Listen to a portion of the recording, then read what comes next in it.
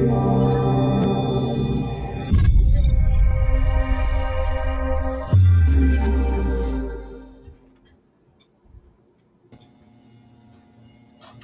there, everybody. Nickolas, Wildstar candidate for California governor, here with another community Q&A discussion with yours truly. Since I am running for governor of California, just want to take an opportunity to take time out of the campaign trail to hear about your concerns and do my best to address them as a candidate. So anyone hearing these videos are welcome to contact me, and I'll have you on so we can talk about whatever it may be. So visit my website, wildstar2022.com. You'll see it right there down at the bottom of your screen. Connect with me, contact me on social media, Twitter, Facebook, Instagram, all that good stuff. Send me a message and I'll reach out to you. But in the meantime, I have my man Darryl Cotton here, who has introduced me to Krista and invited her to discuss a very important issue that's going out there with the cannabis industry in San Luis Obispo. So I'll go ahead and let you take it from here, Darryl and Krista. Oh, Nickolas, thank you again for having us on and for allowing us to introduce more of the people that have been impacted by our war on drugs, and in California, Prop 64, the Adult Use of Marijuana Act, which was designed to take what had been medical cannabis and usher in a for-profit recreational, quote unquote, recreational cannabis industry that has proven to be a complete abridgment of our constitutional rights and denying its due process. So again, thank you for being the one candidate that has vowed to repeal Prop 64 and bring some sanity back to this. So today, a good friend and our guest that we get to co-host is Krista Koenig. She's out of San Luis Obispo. Hi, Krista. Hi, everybody. Nice to meet you. Now, just a little background. So you've been farming for many years, cannabis for many years. You also have a horse ranch in San Luis Obispo. And when you thought that licensed cannabis under Prop 64 would give you an opportunity to apply for one of those licenses, you went forward with that. Did you not? Absolutely. I thought it was the answer to how we were going to save the ranch and be able to facilitate having horses available for people. And you know, the economy's changing, the future's changing. We all have to sort of keep our eyes open and be fluid with it. And so, you know, one of the opportunity was to bring cannabis to the ranch was, you know, why wouldn't you if you're able to? And you have been involved in growing cannabis for many years, right? I mean, from a medical standpoint, you've seen it relieve a lot of medical issues that people typically would use prescription drugs for, but you saw firsthand the benefits. Is that right? Absolutely. It's always been a part of my life and other people in my life, and seeing the benefit of its use, and, you know, seeing friends be able to get off hard drugs with it, having friends that are cancer patients or use it for other types of medical treatment, what it's done for me in my life. You know, not that I have, you know, physical issues that require cannabis treatment, but there's so many things we don't know about it because it's not even federally legal for us to medicinally test what it does for our brain and our well-being and our goodness and health effects, and not to mention treating dire diseases. No, and Prop 64 kicked in 2016. How long after it passed did you go ahead and apply to start cultivating? So in 2015, there was a little bit of a gray area within our county about whether or not they were going to allow commercial cultivation. And so at that point, I think it was like the 99 plant card or something along those lines. And so, you know, it's kind of gray getting into it. So that was 2014, I believe, and 2015. And in March of 2015, they opened it up for commercial cultivation in this county, but nobody knew what that looked like. There were no ordinances, nothing, nobody had voted to it. What they told us was, come one, come all, if you're growing cannabis and you're a legal Prop 215 operation, we'll give you a registration and we'll start an ordinance and you'll be able to get in line for a cannabis license. So what had happened was, when the law changed in 2015, we realized that we had the opening for that. So we brought in a 215 operator for 1,000 plants, which at the time was kind of the comfort zone for everybody federally, because I mean, there's been an interesting process. So we had the plants here in 2016, during the year, and the directive was to register in October of 2016 and prove that you had plants. That's all they were asking as of a certain date in October of 2016, and they wanted to see the paperwork and proof of the plants. And when you say they, is that the San Luis Obispo County Development County Service of San Luis Department? Obispo, yes. Okay. So it's the same group that you're still working with, or those evolved? Or they're different agencies that you've had to deal with? Same Agencies. They have not decided what they want to do for the past 5 years. So the cooperation between the cannabis cultivator, the ones that would be licensed, and the county government has been a rocky one. Is that safe to say? Here we are in July almost of 2021. Have you gotten that license yet? No. So are they slow walking? Is it just Krista Koenig? Or I understand there's a retired sheriff. He had the same problems. It's just like the special cabal that manages to get their licenses, but the vast majority of you apply, and then it's slow walked and waited, and you may never get it. They run you out of money. Well, countywide, I think a big eye opener was the first fiscal report for cannabis and within the county was released last week, and so it was deemed appropriate to put it on the board hearing for them to vote on Tuesday of this past week. And they're still trying to make changes to the ordinance, and I think the biggest thing is for 141 permits, with a total possible of, if everybody got a 3-acre license, a little under 500 acres. 5 years into this, we have 10 legal operating outdoor acres that are still not properly operational. So you've got less than 10 acres that are even up and running after 5 years. And 55 of us are in the queue that as approved projects that still have to navigate building and planning and the background check with the sheriff and getting our business license. And they're changing rules as we go. Well, it's like trying to fly a plane while you're building it. It just doesn't work. And I hate to wear the tin cap and the conspiracy theory mantra here, but let's face it. You either have inefficient government or you have people getting rich by trying to monopolize this plant and the industry that allows you to grow it. Option C is both. Really? Option C is a little bit of both. Okay, a little bit of both. And you've been to the board meetings and you've been out there as a vocal opponent to some clarity, some transparency. And what happens when you voice those concerns? Well, that's tricky. I don't want to say opponent. I want to say that I would just like to be treated like somebody who's part of this process that's putting the money forward and trying to be a good operator. Our county still argues over what their definition of a good operator is. They still don't know what a good operator would be. And, but aren't there some that there are some that are getting allowed a pass? And I speak specifically of what got my attention about San Luis Obispo was the Lowell Farms project up there that ended up having an agreement with CDFA, the state agency around SLO County, that allowed an unlicensed cultivation site to continue operations without local government approval. That is exactly what Prop 64 was supposed to snip in the bud, and that's not happening. So when I talk to some of the people up at SLO, and I ask, how did you get ignored, or how were you not part of that agreement? How is it that whatever tax revenues were due you weren't factored? And then shortly thereafter, one of your board of supervisors is dead. So I always look at these things and say, what's the cause and effect? Maybe there were psychological issues and so on, but these are elected officials, and their job is to make sure that cannabis is fair and equally applied across the board. Adam Hill was a very decent guy. He's no longer with us.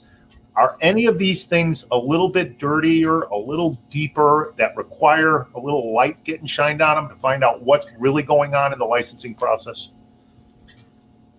Every step of the way. I mean, 5 years in and everybody's still trying to figure out what's going on within our county and why things are the way they are. And, honestly, the sheriff has no accountability to any of the board of supervisors, and the board of supervisors don't have any accountability to anybody.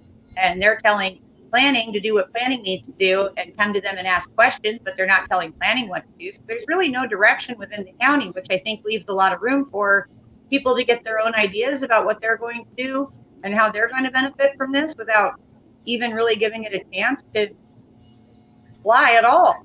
So some of these sites are presumably left to operate, and some of the people that are in positions of authority can benefit financially from those relationships. That's what we're seeing more and more. So on Tuesday's board hearing, there was an argument between the sheriff, planning, and a couple of our board of supervisors. They're still trying to decide how to define illegal versus legal cannabis and the definition between civil illegal and criminal illegal. And Oh, somehow they pumped illegal cannabis into legal cannabis in the reports. And so our board of supervisors are unclear of who's even licensed. And then there's a lot of confusion. I don't know if you're familiar, but because we went and registered, our county's doing it, Santa Barbara's doing it, a few of the other counties are doing it, where if you were already operating under Prop 215, they kind of gave you a gray ability to operate, which in itself has been really frustrating, because if you don't have a business license, they're asking you to pay taxes on something that technically selling would be doing business, and you don't have a business license. yeah. So we're all finding that really frustrating. And there's people out there that are getting licenses and moving forward and being allowed to continue to operate because they pay taxes without a business license. Oh, So- sure. This is some dangerous water. So let's just say you're not a cannabis expert. You're not a master gardener.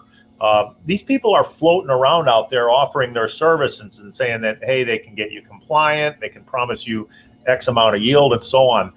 Have you run into characters like that have tried to tell you, based on this new world of licensed cannabis, they are the answer to navigating all your issues? Terrifyingly, that's the majority. And what's really scary to me is my background. My dad had a machine shop, and I grew up, in machine shops and in that type of an environment. So for me, it's not hard to wrap my head around what a licensed cannabis cultivation would look like. I mean, metric is easier to keep track of than some of the stuff we would for, machining aerospace parts. Metric, what is metric? Can you tell us what that is? Metric is the state's way that they're planning to keep track of all of our cannabis that we are going to be proposing to be growing. And how does that work, from like propagation forward at every step of the way? Well, they're claiming seed to sale, but every aspect of this is so complicated. They're claiming seed to sale, but real quickly, let me just explain that seeds are federally regulated, and we're not yet federally regulated, so it can't really be from seed to sale. The conversation I've had with CDFA is that they're considering plants that exist now immaculate conceptions, which came first, the chicken or the egg.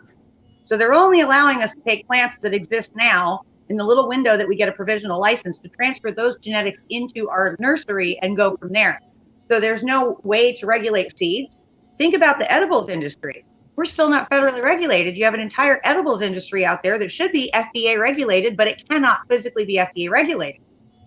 So you have people that are buying Sour Patch Kids and putting distillate on it and repackaging it and selling it as an edible.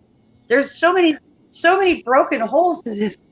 So for metric, what they want us to do is every time you remove a leaf off of a plant, or you do a clean out, or you do a harvest, you are to weigh every speck that comes off that plant at every. So the stalk, the trim, the flower, everything. Yes, and you're not allowed to take clone. While it's wet.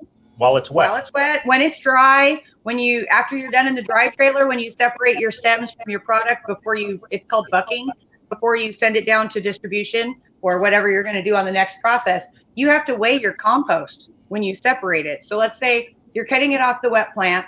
You have to weigh the wet part that you're hanging in the dry room. When you take it down from the dry room, you now have to weigh what you separate from the dried material, and you have to weigh and log what you're throwing away, and you have to weigh and log what's going into your next process.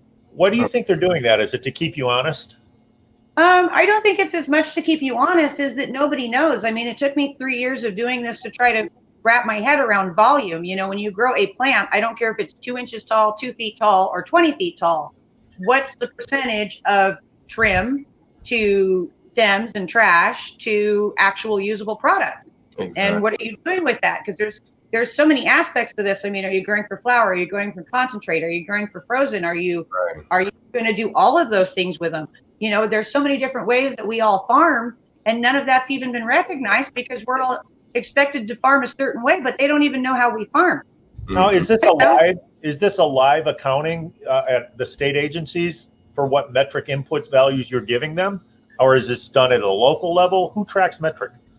Well, the state is supposed to track metric, and they're working with the local county weighmaster. I guess the weighmaster keeps track of our scales, making sure they're calibrated. What's concerning for us right now is the big argument is that there's a group called the CCA, I think it is. So the local counties, I know Monterey County is doing it, and SLO County wants to do it, is they've organized a group that gives them access to metric and our numbers, regardless of the fact that the state isn't giving our local government access yet. So it's too soon. So everybody's upset and they want access to our metric, even though nobody has access to metric yet. So there's this. Now, did you deal with this when prior to 64, it was Prop 215? Did you have to deal with weights and measures and all that with the state? No, and well, and not at this level. I would expect to do weights and measures. I mean, in a machine shop, when you have 10,000 parts, you do batches by weights and measures, right? You do a mean average for Q&A. You do a mean average for testing.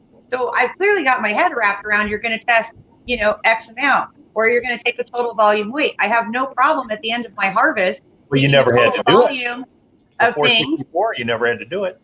Right. So I have 5 employees out there harvesting for me, and I have an army of people weighing sticks and stems and leaves for me, and I've got to pay all of them, and I got to do all this reporting. All right. It's no fun anymore. It wasn't. And the rules keep changing and they keep shifting. And Metric is a private company that the state forces you to use to qualify, to basically prove your innocence at every step of the way, from wet to dry to processed to unprocessed, so that you can justify what your tallies are when it comes to the tax values. So prior to 64, you didn't have tax values. You were not for profit, and you had to qualify as a cooperative and a collective. Now, on the other hand, when we were medical cannabis patients only, we asked that there be toxicity and pesticide limits applied as standard, so we don't have Eagle 20, petrobutanol, all these compounds that are cancerous causing. And our state agencies said, well, they get those values from the EPA, and the EPA won't give us those values because it's a Schedule I drug. Well, here we are now in for profit, and you have all these toxicity limits. What changed? The only thing that changed was 64. Are you happy with 64, Krista? Is it lived up to your expectations? Would you do it all over again? No, I would change everything if I had a choice. I mean, I don't have a choice. I mean, my whole life has gone into having my horses and my ranch and live where I live. And so cannabis was a facilitator for that. And I'm in far too deep to get out of it. So I don't have any choice now. I mean, I'm literally neck deep.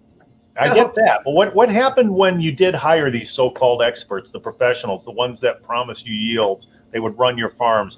You know, your great friend, Anna Gabriel, you know, this is just a classic example of people that have been simple farmers and ranchers trying to get into navigate waters that they're just not familiar with. And what's the danger of that? What happens? Well, we end up cleaning trash, and we end up with angry neighbors, and you end up throwing away plastic. And I mean, every year we've ever brought in a quote unquote master grower, you know, they haven't been able to complete the harvest. They've never been able to pay the employees. And, you know, been sued. We've been screwed. As far as ANA goes, we're looking at we were facing a $10 million fraudulent judgment based on somebody who put a bunch of money into a farm and didn't follow through and tried to blame it on us. And they tried to say you were served and you weren't. And this was brought on by lawyers. I call them canna lawyers. The lawyers that will sit there and do what's necessary to, in a court of law, strip you of your rights and your dreams. Right. And that's not what this was ever all about, Nickolas. In 1996, when we passed Prop 215, you know, the old school, the old guards, we're talking 70s, 80s, and 90s, and some of them are still with us, you know, wanted compassion and medical. Now, right. When you think progressive cannabis law, 64 was advertised as that, but, you know, Krista and many others that we've talked to in these podcasts have had the same story. It's failed to live up to its dreams, and it's offered a way for select few, the cronyism, the pay to play, to just thrive across the state. And we're seeing that in SLO, aren't we? Yes. Oh, absolutely. I think, like I keep saying, I try to stay calm through this whole thing. I mean, really, what's going on? Can anybody please explain what's actually going on? Because it's not cannabis. It's not Prop 64 specifically. Again, I believe Prop 64 is simply exposing the problem that we have in our government, in our state as it sits right now. You know, what's really frustrating for me is that CDFA is supposed to be our regulating authority, and we're supposed to be following CDFA's rules. But our county doesn't care about CDFA rules. They want their own rules on top of CDFA rules, but that's our licensing authority. So why do we have to do everything twice? Do they not trust the state? Do they not trust the operators? Is the state not going to do their job? They don't trust you. No, they don't trust you. You're guilty until proven innocent. And what I'm hoping to see happen, and I'm going to ask you point blank, Krista, if they offered you all your money back and they told you could go back to a co-op and collective on your ranch tomorrow, what would you do? Oh, in a heartbeat. Yeah. There you are, Nickolas. Nickolas, this is there. Close to my heart is, I believe, great. Weed is great, so cigarettes and tobacco, but at least with cigarettes and tobacco and alcohol, but at least with tobacco and alcohol, we know it's not good for us. It is purely recreational. I think the biggest break in our distinction is people want to run out there and get recreational because that's what everybody's doing. But in recreational, I can't wrap my head around how they are allowed to give us an allowable pesticide limit on something we're smoking when I don't think there's any studies on pyrethrins when you smoke them on your lungs. That's right. So there's people that are immunocompromised going to a dispensary trying to get help or relief, and they're getting something. We're back to the brickweed problem, where the thing that was bad about brickweed wasn't that it was bad, it was that it was sprayed with parquat and chemicals and smuggled. God, yeah, we definitely don't want to be putting people in a more health compromising situation when they're seeking medicinal marijuana for aid, It sounds to me like the vagueness in the language of the law is causing more problems than anything else, because a lot of people don't understand it. And that's where the biggest frustration is because if you don't really have a clear understanding as to how it works and how you can, implement it into your day-to-day life or your business or whatever, then of course it's going to leave you with your feeling like your hands are tied, Well, and with cannabis, it's awkward all the way across the board because it's awkward as something that you're selling retail. It's awkward as a crop now in California because it's specialty ag. Well, what does that mean? We don't know, but it's special. So whatever it is, you can't do that. So what that leads us to is we've got the county giving us a 5-year use permit. Has anybody ever heard of a 5-year use permit? Wow. You get 5 years to use your use permit, and if you're bad, they take it away. That's not legal. No. It's not legal. No, not at all. We had to buy the property here to protect my use permit because the county did nothing to help me have my landlord at the time. He signed an application for a 5-year use permit, and then he denied that we were leased to own. So under those circumstances, doesn't that legally obligate him to give us the 5-year lease once we've gotten our approval? He didn't. He put the property up for sale, and the county said, oh, we'll just give it to the next person. You can't give it to the next person. I waited 5 years. I paid all the money. I did the project. My project is what is approved. And no, over my dead body is somebody else going to build that on a property that was sold out from underneath me. Nickolas, I think what Krista does is she highlights the real problems that exist between the licenses and who actually owns them. Is it the property owner? Is it the qualified applicant? So at the end of the day, the license goes with the property, but it's the qualified applicant that made it happen. Yeah. So that gives the government a lot of authority, and the landlord, the owner of the property, a lot of authority to make their best deal 5 years from now. Exactly. And Chris is in a bad spot there. A big mystery that will come out later on in the wash, I'm sure, with all these moving parts, is how are some of these licenses transferring? Because I can't wrap my head around how, if we have to go through an extensive background check and the land use goes with the land and the application goes with the person who had the permit, or you get the permit so that you can get the application. These are not supposed to be transferable, and there's people that are acquiring farms and licenses and moving forward that weren't the original applicants. Wow. That's and some of them are almost operational.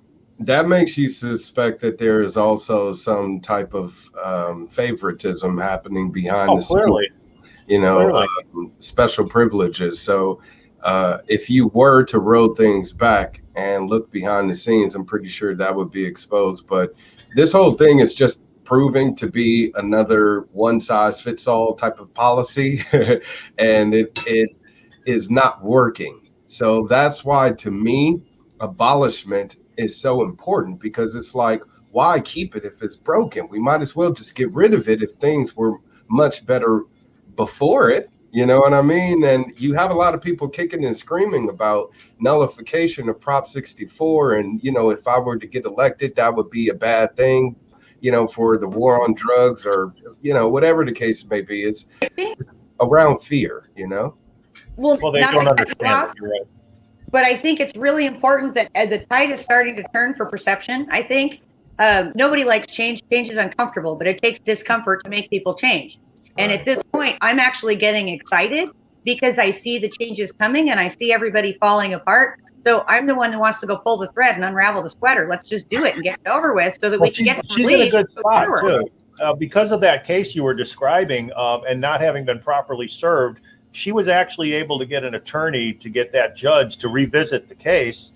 And she stayed the judgment. She had a $10 million+ judgment against her it's a group of people. I think there were 5 defendants, and the judge looked at that attorney who had filed the suit and said, counsel, they weren't properly served. So I'm going to stay the suit and you can amend your complaint.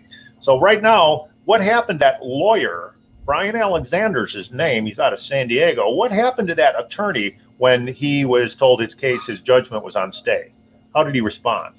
Oh, he got very upset. I mean, they thought they had us. I mean, so quick backstory on this. I mean, the closest scenario, the shortcut of how to explain this is that my friend Anna's farm, she had some people come in, like I had my master growers in prior years. She had some people come in 2017, and they were given around $600K, and those guys proceeded to party, piss off the neighborhood, piss off the county, piss off our local district supervisor, who's always mad anyway, but just basically blew up the whole neighborhood.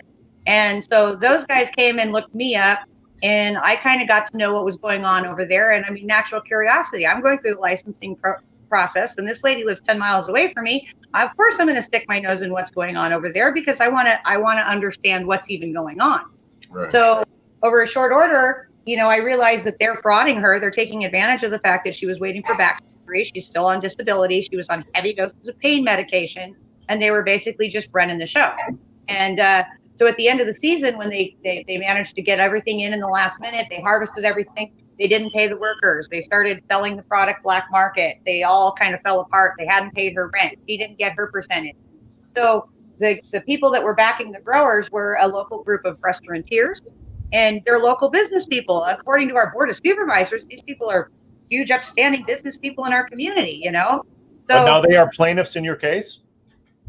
Yes. So long story short, they came to us and cried about how the brothers took their money too, and they have all this money in infrastructure. So they wanted to make things right, and they were willing to pay for the 2018 season on the provisional license. So why wouldn't you go with local business owners that the county apparently seems to really respect? They own 34 liquor licenses and bars in this tiny county. So if the county thinks that highly of them, why wouldn't we trust them out there? So they pledged to put up the money to run on the provisional license for 2018. And then at the end of the year, they proceeded to run out of money, not want to pay the employees. They didn't pay me. I got paid 1 month of the whole year. And then they took all the product, and they never paid anybody. And then what's interesting is when we broke up with them, we said, well, you know, take care of it, come back, we'll sit down at the table, we'll straighten this all out. Well, their lawsuit, the date on that lawsuit was their first response was to go down and file the lawsuit. That's what they did was they omitted that there were anybody else involved. They sued us for $800,000, the $600 that was put in 2017, and the $200 they put in 2018. They denied that those guys ever existed. They denied that they had the benefit of the product. And then what they did was they got the judgment, because obviously we didn't get served on purpose, which makes the court award them the judgment. Then they brought in some quote unquote supposed professional cannabis consultant who went on about how if Anna's been operating for the past 3 years, she would have made around $10 million. And that is how the judgment got bumped from 1.8 That was their expert accounting. $10 million off of an expert witness. And you know what blows my mind is this is so new and there's so few licenses in the county. Why did nobody bother to see if the business license even existed for us to have made the $10 million that we were sued for? I mean, we were literally on the hook for a fabricated $10 million. Recognized your arguments, and to her credit, she stated. And now Brian Alexander has to look at this as a chance to amend the complaint, refile the original complaint. What did he decide to do? He's still not sure what he's doing. We're trying to figure that out. I got an email this morning that our attorney feels like if he files the amended complaint, they're going to lose their ability to appeal the judgment, the judgment being set aside. But in reality, they told us that they were going to find local counsel and file a new complaint.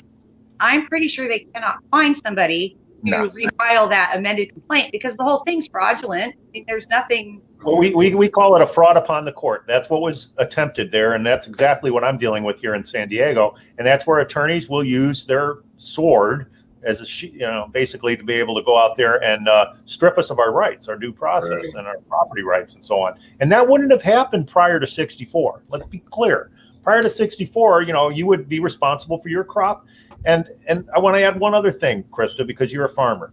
what would be better than metric? What would be a better way of deciding what your tax value would be? I don't have a problem with metric. Let us I just do. it. Can I tell you what I think it ought to be? It ought to be square footage. So if you tell me I can get 28 grams per square foot and I got 4 crops a year, attach a value to that, okay? But don't make me have to go through all these things. I mean, it's a 100x factor, the labor you're having to go through. And then if metric isn't online or there's some kind of other little quibble, what ends up happening is you're guilty until you prove your innocence there too. Right. So, well, hang on. I'm going to back you up on that a little bit, Darryl, because as far as the metric goes, it's way too intensive the way it is. The reason it's that way is because of the sheriff and the state, and everybody wants to know, like, down to the gram, every leaf you've taken off the plant. That doesn't need to happen. Metric is still, there's nothing wrong with metric. They just need to make it less cumbersome and a little more streamlined. For example, if I have a 10,000 square foot outdoor license for a particular time of year, let's say it's the long season, I'm going to have a higher production rate than I am in the fall or in the spring, right? So in the spring, I'm going to have a higher density of smaller plants, and in the summer, I'm going to have lower density of larger plants. So depending on the season on an outdoor license, and actually it would be even easier on an indoor license, because an indoor license, you've got square footage, right? You're going to have slightly different output depending on the strain you're using and your lights or how your greenhouse is set up. But it should be per license type, not every plant with a tag. I mean, we have to tag every plant. 3 acres of outdoor, that's 10,450 plants. So metric came along with Prop 64, right? Yes. Remove it and now you're a happy camper, right? I don't want to remove it. I want to see it actually streamlined. And the reason I say that is because all of the dubious characters that got in here early that thought that 64 and regulated businesses were going to be like a Prop 215, Well, it sounds more so like those criminal drug dealers are the ones in suits. It's not the ones on the street, like how they try to make it seem and then are targeting through our law enforcement system.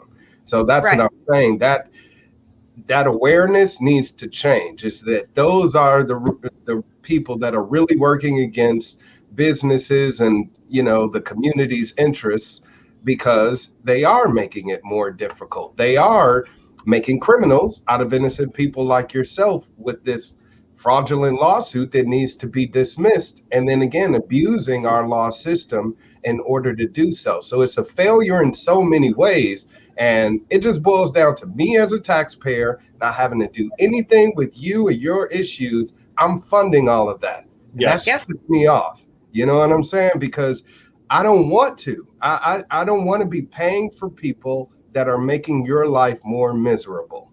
Well, it's not only that. So here's another problem they have is all that money's going to a special trust fund. So any money that Krista or anybody's paid, it doesn't go into the general fund. It's not accounted for. And that's the problem. It's Gavin's little piggy bank right now. Right. And when these asset forfeitures go on, where does that money go? There's a lot of cases of police agencies and officers, law enforcement officers, involving themselves in the underground or black market cannabis business, where they're actually paying people to farm off the books so that they can sell it. Well, those days are starting to go away because the black market has been impacted and it continues to be impacted. So it's this little dance that they've had for years of allowing certain people to exist and not others is coming to light. And people like Krista and your neighbor, what's her name? Camille, the one I just spoke with? Claire, thank you. Claire has a story. I mean, she's in her mid-70s.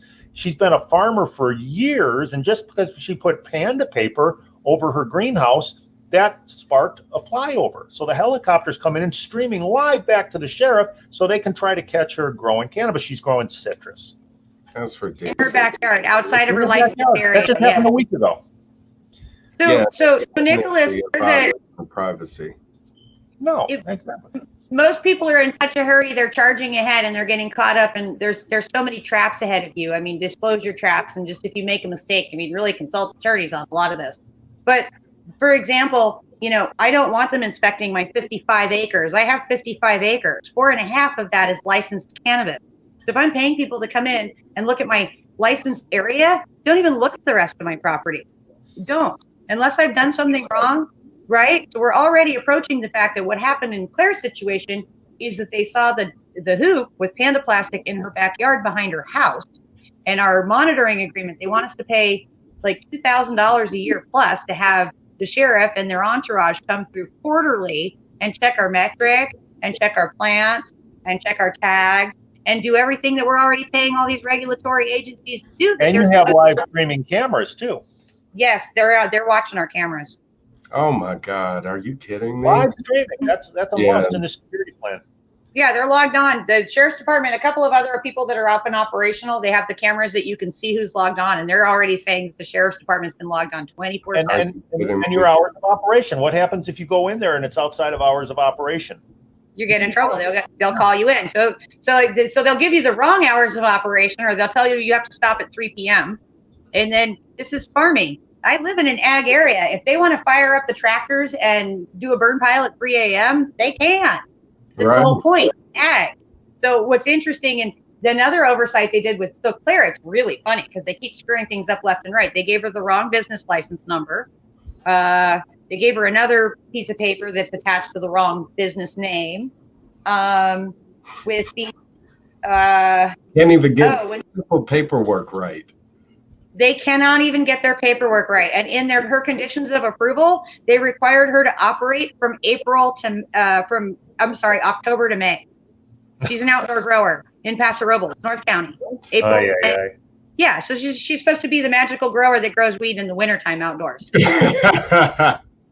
So their conditions of her operation, yes, she's got one little window. So I think she's gotten that changed. And then part of the reason why they targeted her was in her monitoring agreement, she consulted with an attorney and she consulted with county council, and they agreed that it was okay to add verbiage to the thing we had to sign, the contract. And so she added to it that she was agreeing to pay them to monitor the licensed area. So that's sort of what triggered their curiosity of what was going on behind her house in the Panda paper. And this again is a woman in her 70s, you said? She's in her 70s. She's had a CBD stand on the front of her property. What road was that? Ridiculous, man.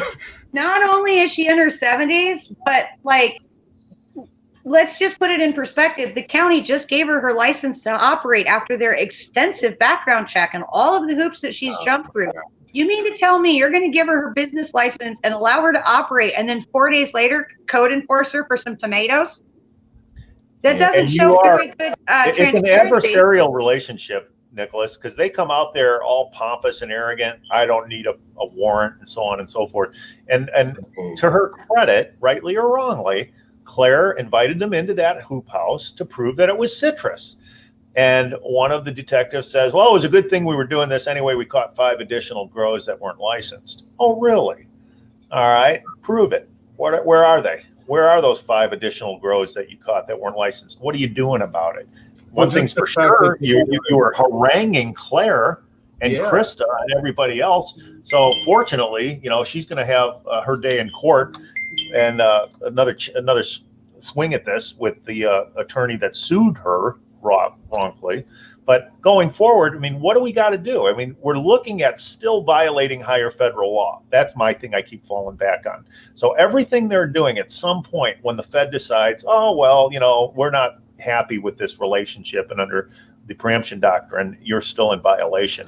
What is Krista's recourse then? She has none.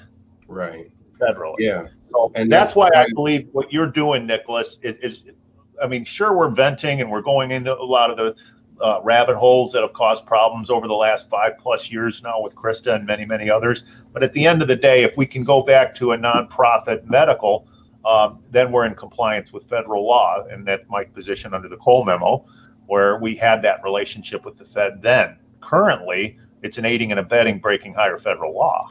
Well, just even more so, you need a governor that's going to make sure that the federal government adheres to state law, which is the 10th Amendment. So you need a 10th Amendment governor. Yeah, but we're not protected by the 10th Amendment. Krista's not protected by the 10th Amendment. So the state, you don't have a governor saying, stay out of my state. And that's what I'll tell the federal government. That's what I'll tell these state officials that are doing these no-knock raids, pretty much going around door to door to, people like Claire and other people in San Luis Obispo, walking into their homes and doing these, these sweeps. that's definitely unlawful. You don't have a constitution, or pardon me. Well, what happens if they don't play ball, Krista? What's happened to some of these people? They commit suicide, don't they? Yeah. Or They overdose. Oh my God. And it's always fentanyl. It's always the same mix, isn't it? Fentanyl and antidepressant. Antidepressant and cocaine. Yeah, you don't have to dig that. I wanted to ask you a question about that, because you did say something earlier that kind of piqued my interest, which was, you said that you've seen people use medicinal marijuana to get off other drugs. And it's very eye-opening to hear you say that as somebody that's seen this firsthand, because the, I guess, official, idea about it or opinion is that marijuana is a gateway drug and you're going to get addicted to other drugs because of it. So with you talking about, people now, I guess, resorting to fentanyl and methamphetamines and other drugs, how, which would you rather, I guess? This is actually really interesting because there's a whole genre of people probably in their 40s and 50s and 60s, I'd say right now, that maybe didn't get into the whole drug movement in the 80s and 90s that are not familiar with drugs. So they think that what doctors give you are safe. And then they've had car accidents, pain management, cancer. They've had other physical issues come up in their life where they ask the doctor to treat them for pain, but they think marijuana is bad. Well, there's their introduction to fentanyl. There's their introduction to Oxycontin. There's where they get started on all the hard stuff. And I've got a friend of mine, Marcy Jean. She's a musician, and she also does intervention for housewives, because she's an NA person from actually using heroin. And currently her biggest group of people that she helps are housewives that overdose on pain pills that the doctors gave them. They don't realize that they're heroin addicts. They don't realize it. So one of the interesting things, I make RSO for cancer patients, and I had a guy up the street. He's on massive amounts of pain medication, and you got physical and emotional issues. And what was interesting was he took the RSO for the 3 months to treat the cancer. And during the 3 months of taking that high dose of THC, it alleviated him of needing to take the pain medication. And he was able to not only cure the cancer, but he was able to not take the opiates anymore. Yeah, CBN, the cannabinoid that really goes to that, has been proven highly effective at reducing withdrawal. So the endocannabinoid system, which we have in our bodies, responds to cannabinoids. A lot of times we're not sure why. It's like aspirin, it works, but it does relieve a lot of neurodegenerative and other conditions that help create a higher quality of life. It's mostly a quality of life issue too, but there's been a lot of research that shows like THC starves blood to tumors. So, that research is ongoing. Do we have the pharmaceuticals behind it? Not likely, because it's not something that they can make into a synthetic. You can get too high. You could take too much of an edible and it might be uncomfortable for 12 hours while it wears off. But I mean, let's face it, you can take too much vitamin A. You can take too much aspirin. I've been trying for 25 years to overdose on THC. It is not possible. So how does it get any safer? Right, exactly. Yeah, that's one of the things that a lot of people don't take into account either is, marijuana does not kill. While they want to talk about, it's a drug and, the damaging effects that it has on your body and whatever the case may be. How many people have died from it versus alcohol? None recorded. Or cigarettes, and now they want to criminalize cigarette smokers by saying you can't have menthol cigarettes. And, it's just government has gotten too big, and we're now getting conditioned to it being the dictator of how we live our lives. And that shouldn't be the circumstance at all. I would love to have a free country once again, but we don't even know what that looks like anymore. You know what? I love hearing you say that, because in the last 5 or 6 years, I've been dealing with government. I've been riding horses and training horses for the last 25 years. I figured everybody was adulting. I didn't know. And so I come out of, my arena and my horses into the world, and I realized that nobody's been adulting this whole time. Oh my goodness. So that being said, freedom, dealing with the law. My sister embezzled a bunch of money from my dad and stole his building and basically destituted our entire family legacy. And there was nothing I could do about that. That's part of why I was drawn to Darryl to begin with, because I've already spent 5 years dealing with trying to get restitution for my dad from my own sister. and it's not working. So why am I surprised the cannabis is broken? And so what's really come to my attention is, and I always point out the movie Blow. They waited till he was a sad, broken, at the end of everything before they actually put him away. They don't stop. Our government, it's not in the nature of stopping anything from happening. It's proving that it happened and trying to make some kind of a sad attempt at fixing it. So what's come to my attention is really the truth of freedom is that we are free in this country technically to be serial killers, but we are also free if we get caught to do the time. Of course. So the reality of how our government works and what freedom really is do people really want to be free anymore? Because I miss being free. I'm not free. I can't. Has the cannabis community kind of realized this? What's your opinion? Are we fractured? Are we together on this? What do you think? Darryl, the horse community doesn't even realize we're not free as horse people anymore. Right? You know? Like you said, we're domesticated. We're waiting for the food truck to come drop off the hay. We're not actually trying to go get food. Yeah, and that's the saddest part is we've gotten conditioned to being coddled by the government, being dependent on it and living under its authority. So we don't have an idea of what freedom looks like. And whenever you say that to people, the biggest fear to them is, that means you want to stab me or you want to hurt me or you're going to be, driving your car recklessly. It's like, that is not what freedom means. If you do something wrong, you're always going to have to deal with the repercussions of that, period. Actually, I wish that was the case, Nickolas. That's the break. I wish that was the case. Yeah. I have spent the majority of 5 years trying to get anybody around me in trouble for the grievously bad things that they do and how they benefit from it. And I realized that all the people with money that are successful in business right now are not nice people. Like you said, do I really want to be one of them? No. That goes to the whole licensing process, because if you have 10 people applying for the same license and only one of those special people has been known to get that license and they consistently get them, the other 9, that's all non-refundable. They don't get that money back. So I think as the cannabis community goes, we're getting more alert to this and more upset with it. And I don't think you can really break something that's shattered into a million pieces, which is what I find 64. It's fundamentally wrong, as it promised not to have positive conflict with federal law, and indeed it does. How can it save us? With the governor, and on occasion, the public wakes up and they recall the sitting governor. That's what's happening here with Governor Newsom. And he did screw up. He lied to us. He stole from us. He was incompetent. He wasn't up for the task. Nickolas Wildstar is. And that's where I think the public wakes up and fixes some of the things that were done on the previous watch. There's whispers on SLO County about Newsom around here. He's got wineries up here. He's one of the winery constituents for SLO County. He's all about making sure that the wineries and the tasting rooms are open during COVID. Yeah, no, there's plenty of that. We don't even get into that side of the conversation. Nickolas, you get what? You get 1 year to fix this, and then you have to get into the general election.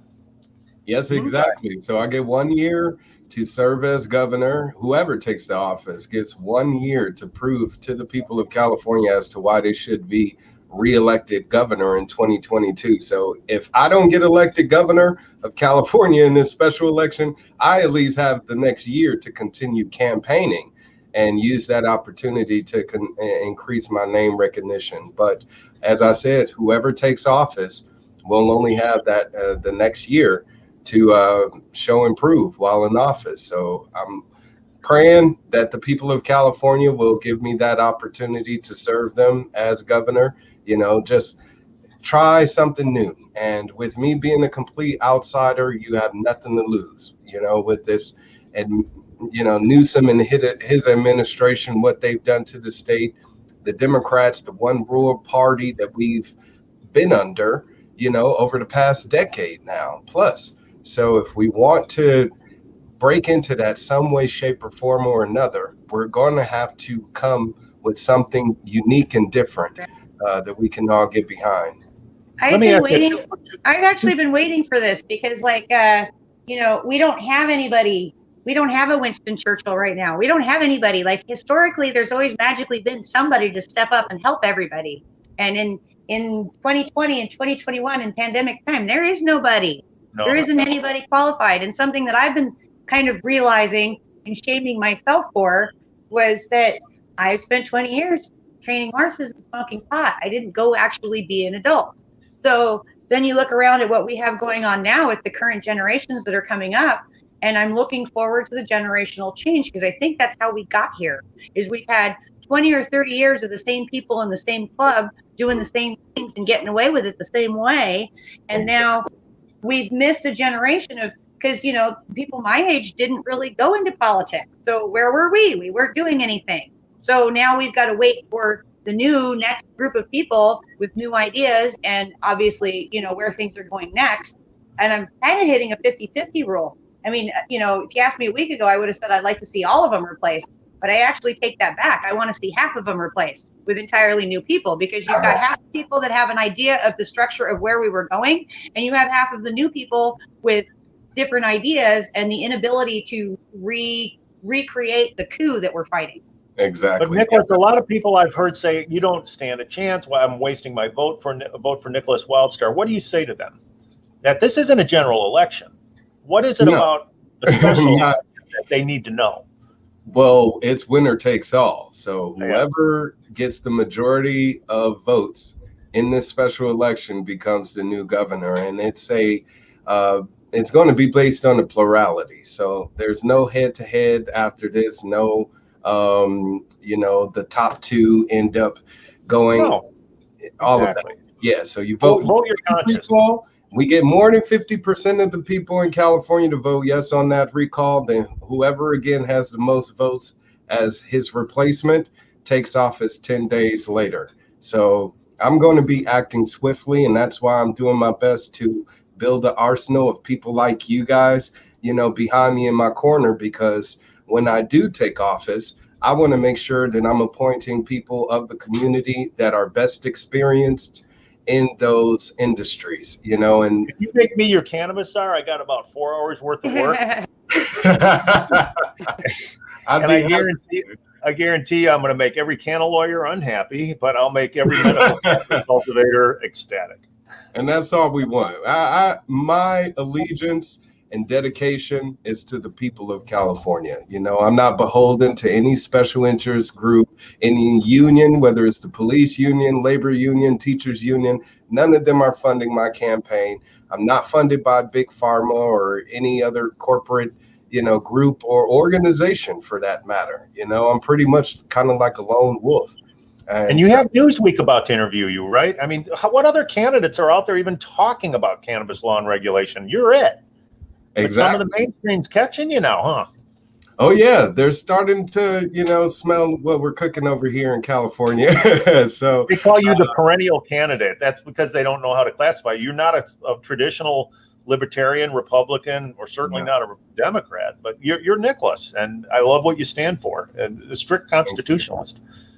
Thank you. And that's what we need to do, is basically make sure that anyone that we even consider to be elected officials and be representatives of us, to first make sure that they're going to uphold their constitutional oath.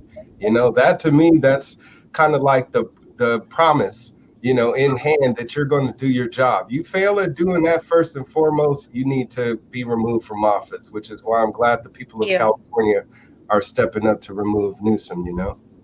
Well, so what's next on your agenda? I'm sorry, go ahead. I'm sorry. Oh, I was going to say, you know, this last hearing with our Board of Supervisors, you know, we actually had, if you watch that last 45 minutes of them falling apart, you can see we had one of the Board of Supervisors actually said that over 57% of the people in his district voted for cannabis. He is going to uphold the rule of law. They want cannabis. He's going to make it work.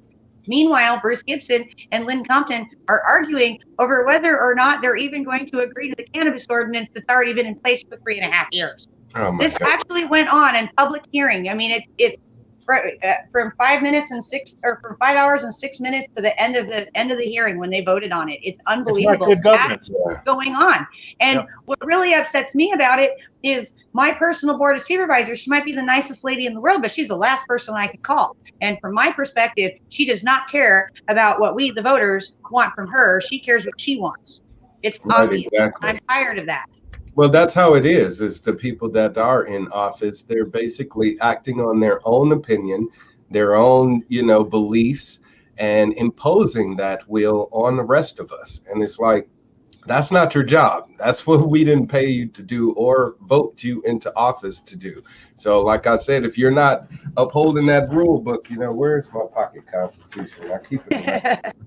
If you're not upholding, go anywhere without this. sticking to the rule book, then Right. you gotta go. So as governor, that's my promise to the people of California is I'm going to be making sure that every state official, every city official, that is sworn to uphold the United States Constitution does first and foremost. So if they don't, they will be held criminally liable for treason, and violating that oath. Well, Nickolas, you've talked to about a dozen, maybe 10 people so far, based on these podcast interviews. And when it comes to cannabis, what is the constant refrain that you're hearing? I mean, to me, it seems like obvious that there's no attempt to try to maintain your constitutional protections when it comes to cannabis. And this patchwork quilt of all the local governments doing their own thing has created this complete, utter chaos in the industry that changes from day to day and location to location. And it's just impossible to plan and chart a course based on that kind of structure. I blame Kamala Harris. I blame the government that was in place when Prop 64 was passed. Well, I have to say that I knew going into this that this is the end of prohibition of marijuana. And, we all find prohibition of alcohol really an interesting piece of our history. And so I do realize that going forward, everything is unprecedented and this is new. But to act like we've never done any of this before, or to not instate a tax that is something similar to what we're dealing with alcohol, because alcohol was not federally regulated when we legally made it legal anyway. So that's kind of the disconnect, is everybody's so concerned of, well, they're not that concerned. They're concerned about local government and getting up and operational on a state level. And then meanwhile, everybody's running around out there trying to get a nationwide and a global network going that we're not even able to, we have to pretend like we're not even looking at that right now. That would be illegal and you're a licensed California operator. But at the same time, I don't think there's enough retails in California to cover the number of cultivations they're going to give out over the next 5 years. Right. That's another big problem. And is there enough water to grow all these? That's the other thing. When we look at all the applications and they state water use, I've always found that to be grossly understated. So we have a real, train wreck coming our way when it comes to seeing, one, is there enough places to get rid of all the licensed cannabis? And two, does it generate the kind of revenues that, one, you need to stay in business, and two, that makes the government want to maintain this regulatory framework that they've constructed. And right now, as it sits, what did you see from your meeting the other night? They want to raise rates, right? Yeah, we went in there for an automatic rate. They set it at 4% for the first year, which is fine. Nobody was able to operate. So then it bumped to 6% for this past year, and it was scheduled to bump to 8% on an automatic pickup. So and why do you think that is? Is it just not enough revenue coming in? We were all going to run out and grow weed, and everybody was going to get rich. Okay. Wow. But so what was really poignant to me is there's a 54-page annual report that came out where they've got all these boxes about how they're using user fees to kickstart the program, and they're crying about how they use $3 million of general funds. Right. And they don't want to use general funds on cannabis, but they all can't wait to get their hands on the cannabis money in general funds to use. Right. So we can't use general funds to streamline any of this process or move it forward. And then what was really funny is they had all these red boxes, for illegal cannabis and how that doesn't generate revenue. And then they keep going back to the 10 operational acres that still aren't really operational, and they're not, and this is agriculture. It's going to be at least 8 to 10 months before you can claim taxes on your first crop once you've taken plants and grown them, right? Let's be realistic. We're farmers. It takes 10 months to make money at best. And so, we're looking at a year out to make any tax revenue at all. So they're in there spending 4 hours trying to figure out how to get from this box and this box to this box without taking any money from this. So it really hit me that you've got 10 online acres that are supposed to be paying the taxes for everybody. You've got 1/3 of us are approved, and it could be anywhere from a year to 5 years before we're fully built out and operational. You've got 83 of the 141 of us still trailing along, waiting to get in line and get their licenses on a county level to begin with. That's So great. Slow would be a good example of how not to roll out this program. how to not do it. Had Right. the 10 people been up and operational and paid their taxes at 6%, they would have Yep. covered a third of what came out of general funds. Give us another year and we would be not dipping out of general funds anymore, and we would be putting in more tax money than they're taking out of general funds. I could see where in 3 to 5 years we're filling up the general funds and they forgot all about the money they took out to get us all started. So slow taxes want to go up to 8%. Did I hear you right? They were going to go from 6 to 8, and they froze it at 8, and we're going to revisit it this year. In fact, they were going to have a hearing today to vote on freezing the tax and having a meeting on it next year. Wow. Yeah, I know. And here in Central Valley, that tax is going up, and they do the no-knock raids as well, and the greasing of the palms also, because there's lots of underground dispensaries that are. What happens to these underground or these black market cultivation sites? Do they just reappear? What happens? I mean, are charges filed? What happens to all the product, the money? We're still actually trying to figure that out. So apparently the laws, so 64 changed and added regulatory laws where they can actually charge licensees, right? But they didn't change any of the black market laws. So an operator up here was recently criminally investigated, and he went to his hearing, and oh my God, it was still $1,000 per plant fine. And he was trying to put it on the landlord by saying he didn't live there. So we still don't even know that this guy even went to jail. So the Prop 215, when it was relatively cheap to grow illegally because of the fines of the misdemeanors, the black market people still have those going on. That law didn't change. They'd be up in a month. And a month later, they were back up and running. Same location. Of course they were. So from our perspective, and this is really funny, the sheriff and the county is asking us to disclose who our financiers are. We don't have financiers. I don't have a business license yet. I don't have approval to operate. I'm not officially a business that can take money. Now, don't forget, we're cannabis. So I can't go to the bank and take a loan for this last 5 years that I've been through. This is all just money we're just pulling out of whatever we can get put together, because you can't go take a loan to show on the books where our money's coming from. So think about it this way, Nickolas. If you disclose who your future business partners are, you're disclosing who you're money laundering with, technically. Right.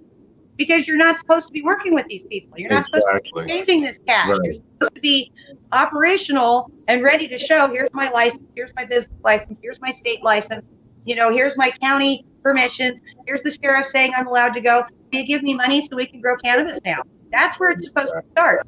But they have this so backwards that they figure everybody's already coming in with all these millions of dollars, and they're asking us to admit who we're laundering money with. And they think this is normal. So, Nickolas, if you're elected, when you're elected, you can promise us we're going to get 64 behind us, and this little experiment, the social experiment, didn't work. But you will go back to our co-ops and collectives, and if the government has to find a way to tax for a licensing fee or something, even a nonprofit, they could do so based on square footage. That's why I go back to square footage, and I can just say, hey, I'm not going to use metric. I'm not going to do that. I'm a nonprofit. I'm medical only. I've got 10,000 square foot. And if you want to charge me a license for that based on the square footage, I'd be good with that. Problem solved. All right. But we need a governor that's clear-headed enough to make that happen. Exactly. And I have it all written out. Like I said, I hope to have you guys be a part in that process and making sure that we can deregulate it as much as possible. Because whenever people talk about, I guess the fears of that, I say, look at craft beers. We wouldn't have craft beers if, it wasn't deregulated. And now you can have a mom and pop create a product out of their home. And nothing should prevent an individual from being able to start a business. Entrepreneurism is how this nation was founded. So we shouldn't be restricting that innovation in any way. So and we do have to we have to be cognizant of our civil rights and our constitutional rights. So that is what I think has been forgotten in this big debate. And it's time to get back to that. And that's your core being, Nickolas. I would beg to find any other candidate out there that's willing to tackle this. I have not seen one.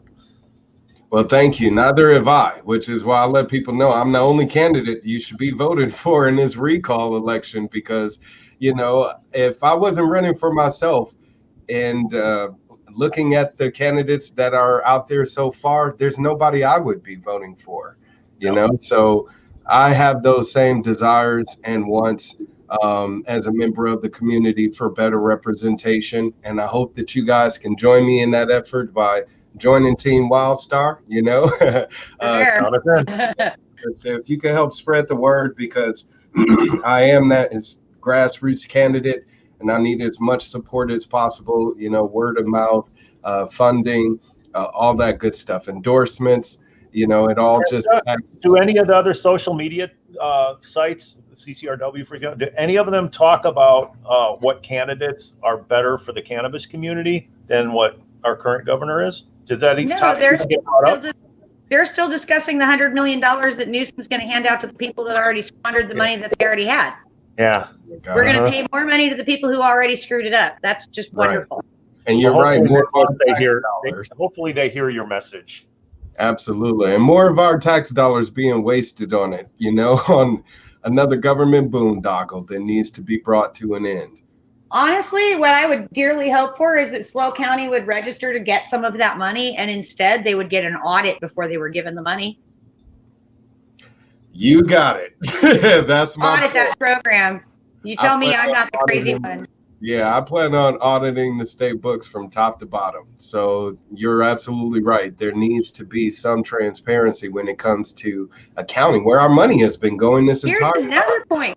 I got to break you off and tell you this, because it's really hard to believe that it's really happening, is when we get our bills from the county accounting, you get a bill with the date, with the date that it needs to be paid by, and how far in arrears you are. When I get a bill from my lawyer, it says how long he read the email, how long he was on the phone for, how long he talked to this person, how long he spent preparing these documents. It's itemized, right? They're not giving us itemized accountings from the county for the consultants that they use to process our projects. Wow. That's very eyebrow-raising information, because who's to say that they're not just sitting around, for lack of better words, scratching their asses, you know what I'm saying? It's like, lack of better words. Well, at this point, there's some rumors, and I'm just going to say some rumors, that allegedly the county lost almost $2 million of that, giving it to consultants to handle our CEQAs. Oh, no. Wow. And we've talked about CEQA before. So she said earlier about the provisional licenses. Those are just licenses waiting for the other shoe to drop, and that's the CEQA, the California Environmental Quality Act, or environmental impact reports, that every one of these permanent licenses are going to need. And if they don't require them in a county then or local government, then that's them not doing their job. Am I right, Krista? They're supposed to require those. Correct. That's all we're actually asking anybody to do their job. Exactly. Yep. Well, that's all we're asking anybody to do. That's what they're asking us to do, so they can continue to tax us, you know, or put us on this universal basic income system where they want us dependent, even more dependent on the government to survive. So we definitely need to change that and shift the powers of control back into our hands, you know, where we have control over our own lives. So as crazy and wild as that may seem, you know, that's what I'm campaigning on. So as I said, hopefully. Thank God you're there. Thank God, Nickolas, you're there. Yeah, great man too. I mean, keep it up, man. We're going to shout it from the highest mountaintops for you. Don't you worry. All right. And thank you both for being here to speak with me. I hope to speak with you again soon, you know. But Krista, we'll keep coming back as long as you're there. Thanks, Nickolas. You got it. Take care. Thank you, guys. Bye-bye. Take care. Bye.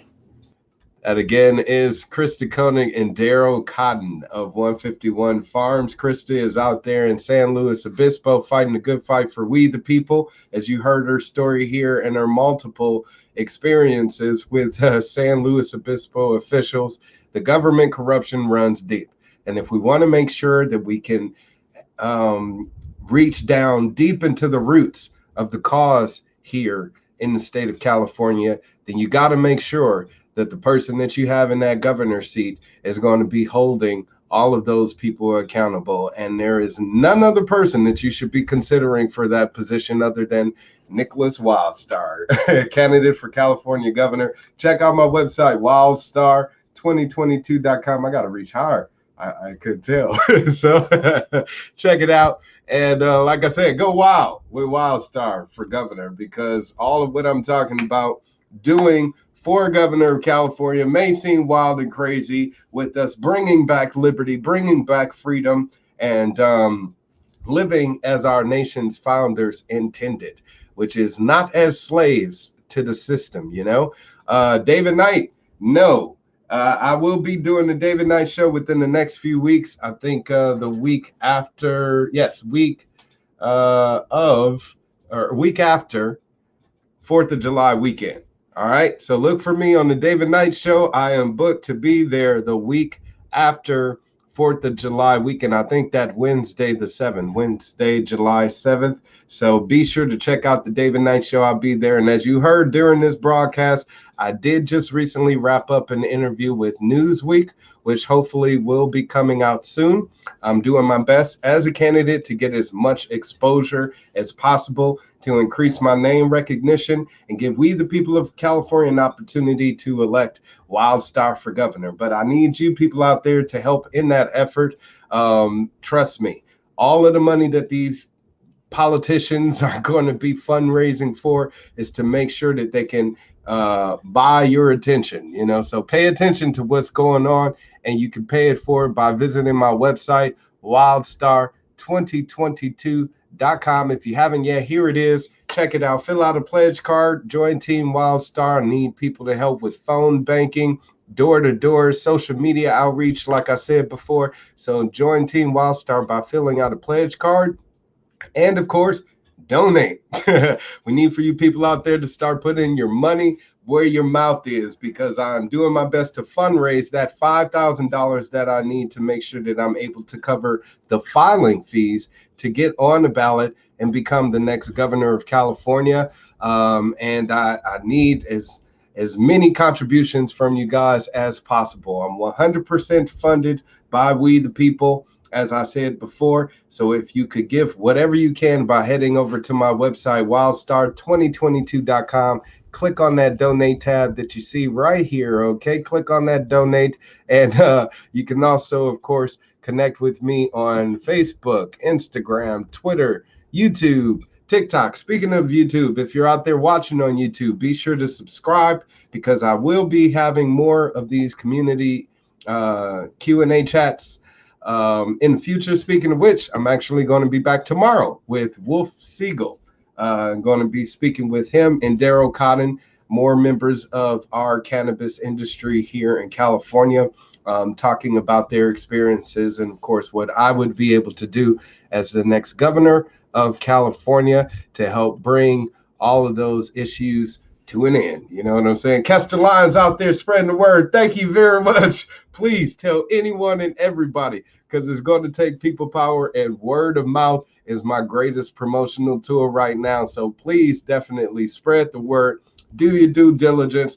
Go out there, tell a friend to tell a friend about Wildstar for governor, even if you're not in California. I got a lot of people watching from all over the world. And those people in the United States say, I would love to help you out, but what can I do? Or better yet, those people out there all over the world, in Uganda and Canada and all of the places out there to contact me, want to help out. Spread the word, spread the word, spread the word. You can do that for free. Doesn't cost a dime, just a little bit of time.